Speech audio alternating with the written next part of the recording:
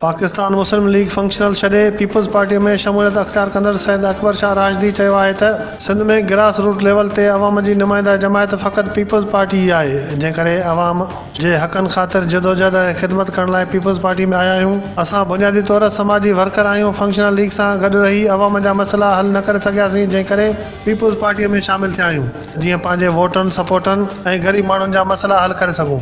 हुन चयो त असां फंक्शनल लीग मां पीर पागारे साहिब खां नाराज़ थी न पर इजाज़त वठण बाद पीपल्स पार्टी में शामिल थिया आहियूं ऐं असांखे पीपल्स पार्टी में शामिल करण में PP chairman Bilawal Bhutto Zardari, MP Faryal Talpur ऐं अॻूणे सदर आसिफ अली ज़रदारी जो वॾो हथु आहे, जंहिं ते असां उन्हनि जा शुक्रगुज़ार आहियूं जिन असांखे पाण सां गॾिजी जदोजहद करण जो मौक़ो ॾिनो।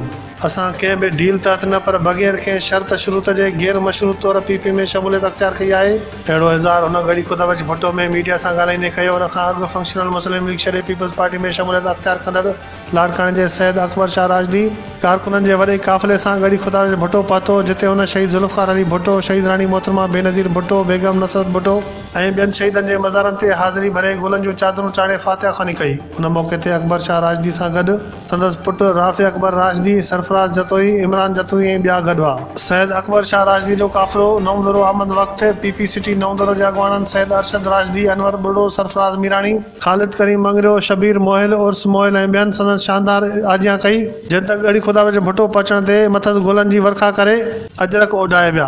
असां फंक्शनल मुस्लिम लीग में हुआसीं ऐं फैमिली बि असांजी पीसा वारी हुई। उन खे छॾे हिते पीपल्स पार्टी में अचणु को आसान ॻाल्हि कान्हे, पर उन ॻाल्हि ते मां तबसरो कोन कंदुसि त छो छॾीसीं। इहा ॻाल्हि ज़रूरु कंदुसि, आयासीं छो आयासीं। अचण जो पहिरियों कारण इहो आहे त पार्टी जो जेको मंशूर या पार्टी जेका असांजी ग्रास रूट लेवल ते आहे सिंध में सिर्फ़ु इहा हिकिड़ी वाहिद पार्टी आहे, न PTI आहे, न उन सां गॾु नवाज़ लीग आहे ऐं फंक्शनल बि असांजी तक़रीबन वेहिजी वई आहे। तंहिंजे करे असांखे ग्रास रूट लेवल ते सियासत करणी, माण्हुनि लाइ सियासत करणी ऐं उन्हनि माण्हुनि लाइ सियासत करणी आहे जेके हेतिरो वक़्तु असांखे वोट कंदा रहिया आहिनि, असां सां गॾु बीठा आहिनि, उन्हनि जा पंहिंजा ई मथां छा थी आहिनि औलाद जन असां अठ थियण वारा।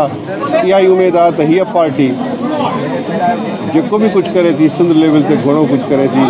माण्हुनि खे नज़र नथो अचे, घणियूं शयूं आहिनि जेके अॻिते पोइ थी वियूं, पर वरी बि जेकॾहिं तव्हां ॾिसंदो त हीअ ई आहे सिंध जो केस विढ़े थी ऐं असां बि हिन सां इन में शामिलु आहियूं ऐं इनशाला पंहिंजे हिसे जो जेको मिलंदो तव्हां ताईं पहुचाईंदासीं हिन पार्टी जे प्लेटफॉर्म तां।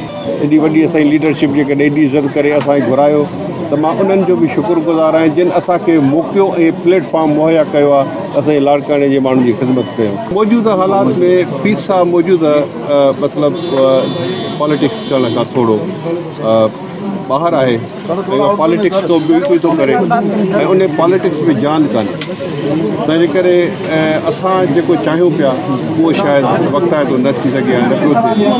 असां वटि एतिरो टाइम बि हाणे कोन हो, तंहिंजे करे चयोसीं त ठीकु आहे अहिड़ी पार्टी में हुजूं जेका माण्हुनि लाइ कमु करे थी ऐं माण्हुनि जे लाइ आहे। असां इन करे मुस्लिम लीग से हम रिजेक्ट नहीं हुए।